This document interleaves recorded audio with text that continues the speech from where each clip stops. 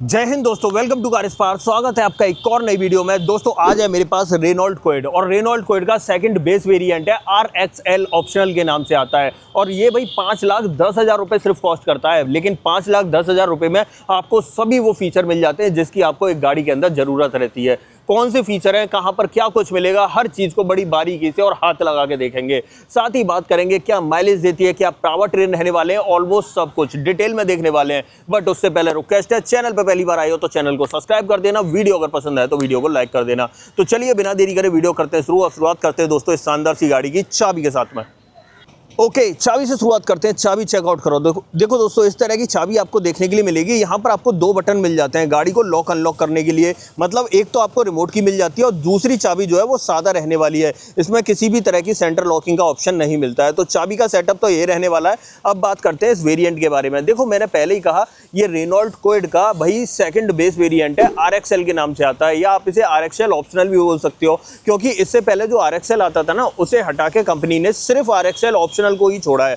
तो यहाँ पर RXL ऑप्शनल वेरिएंट खड़ा हुआ है। 5,10,000 रुपये ये एक्स शोरूम कॉस्ट करता है। इसके अंदर अगर इंजन की बात करें तो यहाँ पर आपको 1 लीटर का 3 सिलेंडर इंजन मिल जाता है जो 67 bhp की पावर और 91 न्यूटन मीटर का टॉर्क प्रोड्यूस कर देता है। और वहीं पर माइलेज की बात करूँ, ऑलमोस्ट 21 kmpl का ये माइलेज ऑफर कर देती है। अब फ्रंट से दिखाता हूँ और क्या कुछ देखने के लिए मिलेगा। सबसे पहले आ जाते हैं यहाँ हेडलाइट की तरफ। यहाँ पर चेक करो भाई, देखो इंडिकेटर तो आपको ब्लिंक करता हुआ दिखाई दे रहा होगा और इंडिकेटर जो है ना हैलोजन सेटअप के साथ में, बट पीछे की तरफ लगा हुआ है, इसलिए ज़्यादा क्लियरली विजिबल नहीं होता है। और यहाँ पर ये पार्किंग लाइट मिलती है, लेकिन देखने से ऐसा लगता है जैसे ये DRL है। ऐसे ही थोड़ा सा नीचे की तरफ आ जाए तो यहाँ पर रिफ्लेक्टिंग बाउल देखने के लिए मिल जाते हैं हेडलाइट में, आप चेक कर सकते हो इस तरीके से। ऐसे ही सामने ग्रिल की बात करें तो ग्रिल आपको मैट ब्लैक फिनिश में मिलती है और यहाँ सेंटर पर रेनॉल्ट का लोगो मिल जाता है। नीचे रेडिएटर ग्रिल की बात करें तो ये मैट ब्लैक फिनिश में ही आपको देखने के लिए मिलती है। ये इसका फ्रंट का सेटअप रहने वाला है। थोड़ा सा दूर से देखें तो आपको इस तरीके का दिखाई देगा। अब आ जाते हैं थोड़ा सा साइड में और यहाँ पर टायर साइज की बात कर लेते हैं। देखो यहाँ पर अगर बात करें टायर साइज की तो पहली बात तो यहाँ पर 3 बोल्ट से ये कसा हुआ आपको दिखाई देगा। व्हील कवर कंपनी की तरफ से स्टॉक है। 165/70 R14 की प्रोफाइल देखने के लिए मिलती है।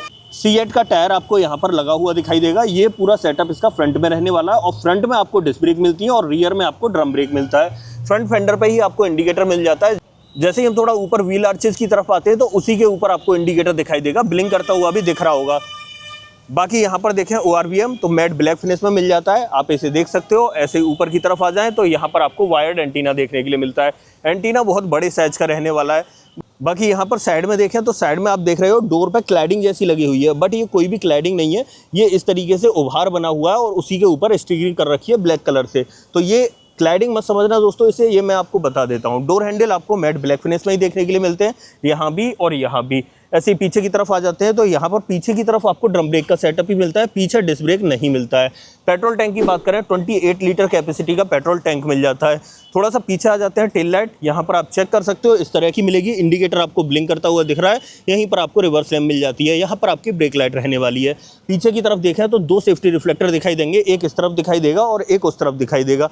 पीछे वाले बम्पर में 3 रिवर्स पार्किंग सेंसर मिलते हैं, एक यहाँ पर मिल जाता है, एक यहाँ पर मिल जाता है और तीसरा आपको यहाँ पर मिलता है।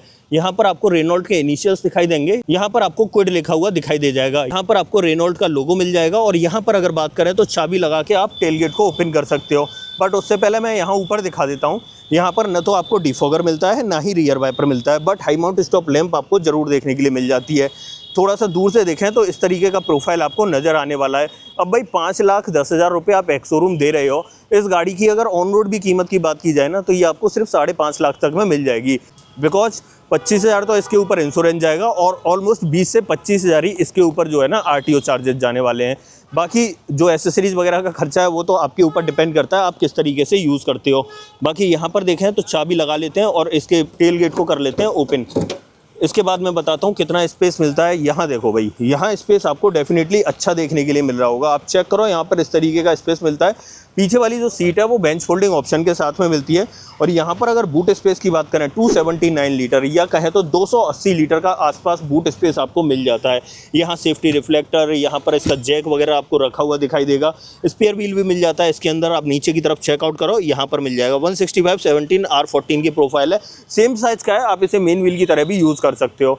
बाकी यहाँ टेल गेट के नीचे देखें तो प्रॉपर फिनिश वगैरह देखने के लिए मिल जाती है। ज़्यादा कुछ हाई फाई नहीं रखा गया है इस गाड़ी को या कहें तो इस वेरिएंट को, क्योंकि ये नॉर्मल वेरिएंट है, सेकंड बेस वेरिएंट है। अब यहाँ पर मैं गाड़ी के ग्राउंड क्लियरेंस की बात करूँ तो 184 mm का डिसेंट ग्राउंड क्लियरेंस आपको देखने के लिए मिल जाता है। तो ग्राउंड क्लियरेंस भी अच्छा है, ऐसी कोई बड़ी बात नहीं है दोस्तों। 184 mm का ग्राउंड क्लियरेंस बहुत बड़ी बात होती है, खास तौर पे इस छोटी गाड़ी के अंदर। अब आ जाते हैं ऊपर और उसका अब चलते हैं गाड़ी के अंदर और इंटीरियर में क्या कुछ ऑफर कर रही है कंपनी वो देख लेते हैं।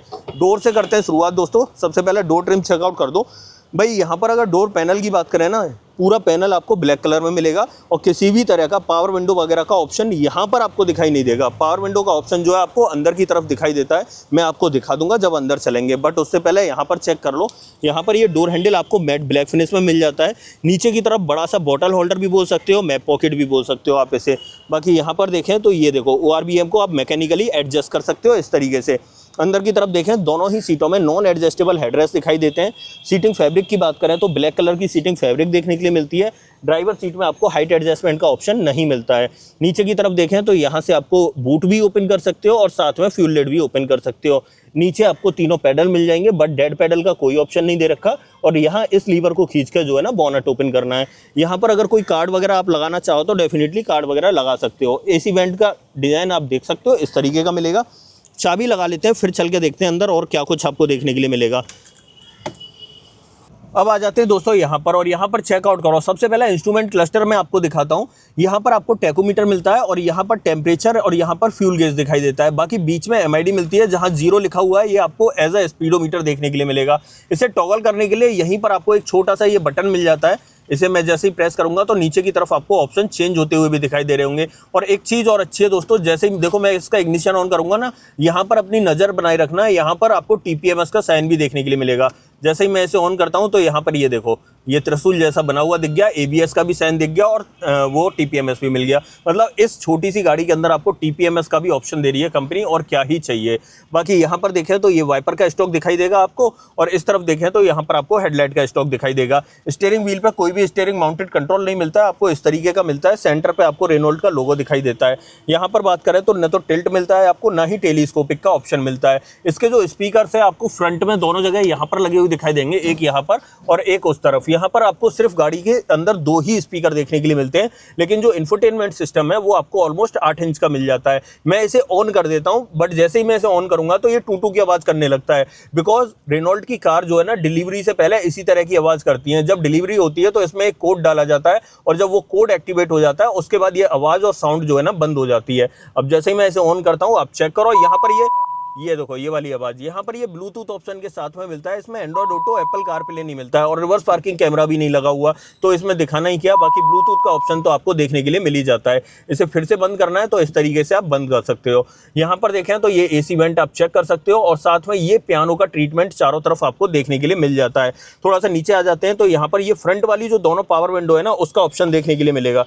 ये देखो यहाँ पर आप बंद और खोल इसी से सकते हैं। साथ में यहाँ पर गाड़ी को लॉक अनलॉक करने के लिए हेजार्ड बटन का ऑप्शन मिल जाता है। नीचे की तरफ मैनुअली ऑपरेटेड AC कंट्रोल्स मिलते हैं, और थोड़ा सा नीचे आते हैं तो यहाँ पर आपको एक 12V का पोर्ट दिखाई देता है। यहाँ पर टाइप A पोर्ट और ऑक्स के लिए देखने के लिए मिल जाता है। एक स्पेस आपको यहाँ देखने के लिए मिलेगा। बाकी यहाँ पर बात करें तो फोन वोन आप रख सकते हो यहाँ पर आसानी से। 5 स्पीड मैनुअल ट्रांसमिशन मिल जाता है। मैनुअली ऑपरेटेड पार्किंग ब्रेक देखने के लिए मिल जाता है। ऐसे यहाँ पर डोर पर बात करें तो ट्रिम्स आपको इस तरीके से देखने के लिए मिलते हैं। यहाँ पर आपको क्विड लिखा हुआ दिख जाएगा। एक एयरबैग आपको यहाँ मिल जाता है और एक एयरबैग आपको इस तरफ मिल जाता है। गाड़ी के अंदर आपको सिर्फ 2 ही एयरबैग देखने के लिए मिलते हैं। यहाँ पर ग्लोब बॉक्स देखें तो कंपार्टमेंट काफ़ी बड़ा सा आपको देखने के लिए मिलता है, आप चेक कर सकते हो इस तरीके का। अब देखो मैंने कहा था ना ऑथेंटिकेशन की, तो आप देखो यहाँ पर ये की मांगने लगा, तो जरूर इसके अंदर कोई ना कोई पासवर्ड डलता है, जिसकी वजह से टू की आवाज़ जो है ना बंद हो जाती है। बाकी थोड़ा सा ऊपर आ जाते हैं तो यहाँ पर ग्रैब हैंडल वगैरह तो कोई नहीं मिलेगा, लेकिन सनसेट मिल जाता है सादा सिंपल। उसके बाद यहाँ पर ये लाइट हेलोजन सेटअप के साथ में मिलती है। इसे आपको बंद करना है तो आप यहाँ से बंद कर सकते हो। माइक का ऑप्शन आपको यहाँ पर मिलता है, सादा सिंपल IRVM मिल जाता है, और ड्राइवर साइड में प्रॉपर सनसेट ही देखने के लिए मिलेगा, कुछ भी वैनिटी मिरर वगैरह नहीं मिलता है। और यहाँ पर अगर सेफ्टी की बात करूँ तो इस गाड़ी के अंदर 2 एयरबैग, ABS, EBD, ESC और TPMS का ऑप्शन देखने के लिए मिल जाता है। मतलब सेफ्टी से यहाँ पर कोई कॉम्प्रोमाइज़ नहीं कर रही है रेनॉल्ट। सेफ्टी के मामले में आपको भरपूर ऑप्शन दिए हैं। बस इस गाड़ी के अंदर 6 एयरबैग और आ जाए फिर तो भैया बल्ले बल्ले ही है। अभी आपने देखा ही होगा हाल ही में ड्राइवर आई है, अब ड्राइवर के बाद में लगता है मुझे अपडेट इसका क्विड का और काइगर का ही आने वाला है, तो ये भी अपडेट हो गई गाड़ी, तो फिर तो रेनॉल्ट की बल्ले बल्ले है, गाड़ियां बिकना धड़ाधड़ शुरू हो जाएंगी। अब देखो यहाँ से निकलते हैं और पीछे की तरफ चलते हैं, वहाँ कंपनी आपको क्या कुछ ऑफर कर रही है वो देख लेते हैं। आ जाते हैं यहाँ पर पीछे की तरफ। और डोर कर लेते हैं ओपन। अब देखो ड्राइवर सीट को मैंने 6 फीट हाइट के अकॉर्डिंग एडजस्ट किया था, तो अंदर जब बैठेंगे तो आपको उससे पूरा पता चल जाएगा कि भाई बैठने की पोजीशन कैसी बनने वाली है। बाकी यहाँ पर रियर में जो डोर ट्रिम्स हैं उसे भी देख लो, यहाँ भी आपको पूरा ब्लैक पोर्शन मिलता है, बट यहाँ पर ये चक्के वाला सेटअप ही मिलता है। पीछे की तरफ आपको पावर विंडो का ऑप्शन नहीं मिलता है। यहाँ पर डोर हैंडल मिल जाता है इस तरीके से, और गाड़ी को लॉक अनलॉक करने के लिए यहाँ पर ये छोटा सा लीवर दे रखा है इस तरीके से। ठीक है, अब एक काम करते हैं अंदर की तरफ देख लेते हैं। यहाँ पर देखें तो दोनों ही सीटों में non adjustable headrest 2 point seat belt के साथ में मिलते हैं, आप चेक कर सकते हो। आइसोफिक्स चाइल्ड सीट एंकर इस गाड़ी के अंदर नहीं मिलते हैं। बाकी बातें अंदर बैठ के करते हैं। अंदर देखो मैंने कहा था ना 6 फीट हाइट के अकॉर्डिंग एडजस्ट कर रखी है, तो भाई मेरे पैर जो है ना सट के आ रहे हैं, लेकिन थोड़े थोड़े से मैं मूव कर पा रहा हूँ, इससे आप अंदाज़ा लगा सकते हो। और वहीं पर बात करें हेडरूम की, तो हेडरूम चेकआउट कर लो। मेरी हाइट है 6 फीट, और 6 फीट के अकॉर्डिंग अगर मैं सीधा सर रखता हूं अपना, तो बिल्कुल मेरे बाल जो है ना छत से टच हो रखे हैं। लेकिन अगर मैं थोड़ा सा यूँ पीछे की तरफ चला जाता हूं ना, तो यहाँ देखो एडजस्टेबल हेडरेस्ट न होने की वजह से मुझे थोड़ा सा अनकंफर्टेबल फील हो रहा है। आप चेक करो यहाँ पर इस तरीके से, तो ये चीज़ थोड़ा सा देखना पड़ेगा। बाकी यहाँ पर आपको एक ग्रैब हैंडल मिल जाता है, और दूसरा ग्रैब हैंडल आपका इस तरफ रहने वाला है, आप यहाँ पर चेक कर सकते हो। बाकी पीछे और कुछ नहीं मिलता है, नॉर्मल और सादा सिंपली सेटअप है यहाँ पे। और यहाँ पीछे से डैशबोर्ड की बात करें तो इस तरीके का डैशबोर्ड दिखाई देने वाला है। ये सेटअप आपको देखने के लिए मिलता है। अब यहाँ से बाहर आ जाते हैं और इसका बोनेट ओपन कर लेते हैं। इंजन का प्लेसमेंट कैसा है मैं आपको इंजन दिखा देता हूँ एक बार। इस गाड़ी का आ जाते हैं यहाँ पर, और इंजन कहाँ से खोलना है मैंने पहले ही बताया था, बोनेट आपको यहाँ से ओपन करना होगा।